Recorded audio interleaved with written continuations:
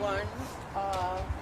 Everyone, some board members, the superintendent, and everyone's been up all night, 24 hours almost, working on this. So it's going to be a quick statement and a couple questions. So 28 hours. Sorry. It is still morning. All right. Yeah. Good evening, good morning, good afternoon. I want to thank everybody for coming out today. Just want to kind of just address some of the issues that has been swirling around as of this morning. I wanted to be clear that our board did not reject the whole proposal, and there was not a tentative agreement in place. The bargaining teams were working on a package settlement proposal for the last 24 hours. Our PPS bargaining teams brought a conceptual proposal to the 3 board members at the bargaining table for our consideration. There were many positive parts of the proposal that addressed planning time, COLA, health and safety, and mental health supports. Now, while there were many things that in the proposal that we could agree on, there was also some fundamental issues, specifically around parents having the ability to make educational decisions about other people's children that we could not agree on. This is what needs to be worked out, and we were expecting to work through those concerns today in order to get our kids back to school on the 27th. I want to be explicitly clear that this is the core obstacle to arriving at a conceptual agreement. We're going to take a couple questions. Board Member Brim Edwards is going to answer some questions. So to sum up, what was this fundamental issue that you just flagged something that was a problem? What was that problem? Yeah, go ahead. So there's a committee that was set up, and from the school district's perspective, we were interested in having that committee operate at the school level if there were parents on it. And the way that was constructed is it could have had parents making decisions about other people's children. So, for example, if you had a child who was on an IEP or had a mental health issue, that potentially other parents might have access to that information. And so the board felt very strongly that we wanted to, if parents were going to be involved, which we're all parents and we want parents to be involved, but we wanted to up-level it to the school level, not to the classroom level. Are you talking about behavioral issues? I mean, we're talking about, say, for example, in November, if a student moved into a neighborhood and the class they were moving into was a 3rd grade class, and it was at the maximum size, that there would be a process about whether that student would be allowed to join that class because they would be at the cap.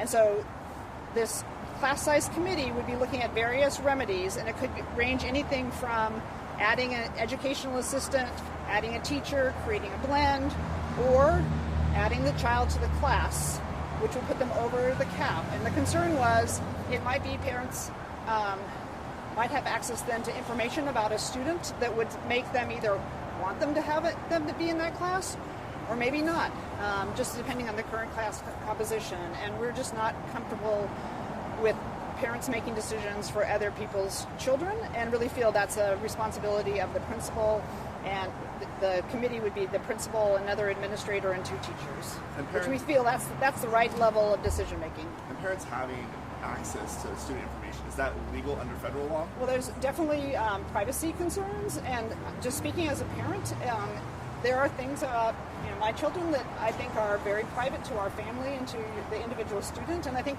most parents feel that and would feel comfortable with educators having that information, because they do already, but not having it spread maybe across the parent community. So again, we feel definitely there's a role for parents in the broader school level decision making around class sizes. We know parents care about that, and we're all parents. We want to have lower class sizes, but we also think that people making the decision should be the educators and the principal or the school administrators. Sam, can you speak to this disconnect, please? How is it that the union thinks that there was an agreed upon package, and there wasn't an agreed upon package, there was communication somewhere along the line? I'm not sure, because my understanding is that both sides needed to take the package back to their teams. So we were sitting maybe 50 feet apart, but in a separate room.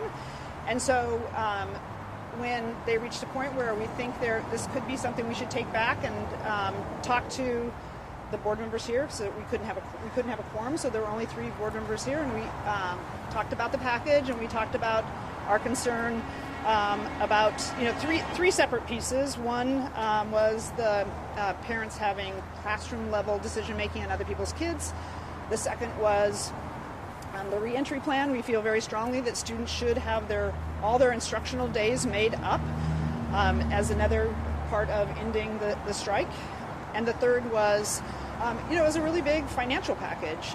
It's $171 million over 3 years, 6.25 COLA in the first year, then 4% in the next year, and then 3% in the third year. So, very large package, which will also require us to make about $120 million in cuts. So it was a very robust discussion, and we really appreciate the superintendent. There's a lot of things that PAT was interested in around health and safety, around planning time, around